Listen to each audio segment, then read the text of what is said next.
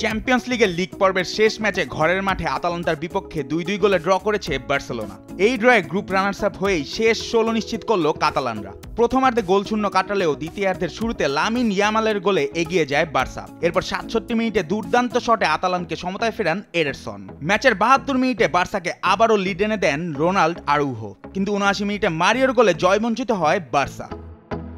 Champions লিগের বর্তমান champion Real Madrid group পর্ব শেষ করল দাপুটে জয় দিয়ে। ব্রেস্টকে 3-0 গোলে উড়িয়ে দেয় তারা। জোড়া গোল করেন রড্রিগো, অপর গোলটি আসে জুড বেলিংহামের পা থেকে। এই জয়ে 15 পয়েন্ট নিয়ে গ্রুপ পর্ব শেষ করায় প্লে অফ খেলতে হবে রিয়ালকে। এদিকে নিজেদের মাঠে স্লোভান ব্রাতিস্লাভাকে 3-1 গোলে হারিয়েছে বায়ার্ন মিউনিখ। জয় পেলেও শেষ 16তে জায়গা পেতে হলে খেলতে হবে প্লে অফ। ম্যাচে থমাস মুলার, হ্যারি কেইন ও কিংসের গোলে 3-0 ব্যবধানে এগিয়ে যায় স্বাগতিকরা। তবে শেষ মুহূর্তে মার্কো টলিচ গোল করলে সরাসরি শেষ 16তে খেলার সুযোগ হারায় বায়ার্ন মিউনিখ। সরাসরি শেষ 16তে জায়গা করে নিল আর্সেনাল। জিরোনার মাঠে পিছিয়ে পড়লেও 2-1 গোলে জয় পায় গানাররা।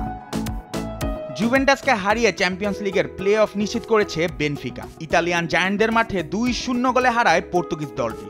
গোল করেন ভ্যানগেলিস ও কোকচু।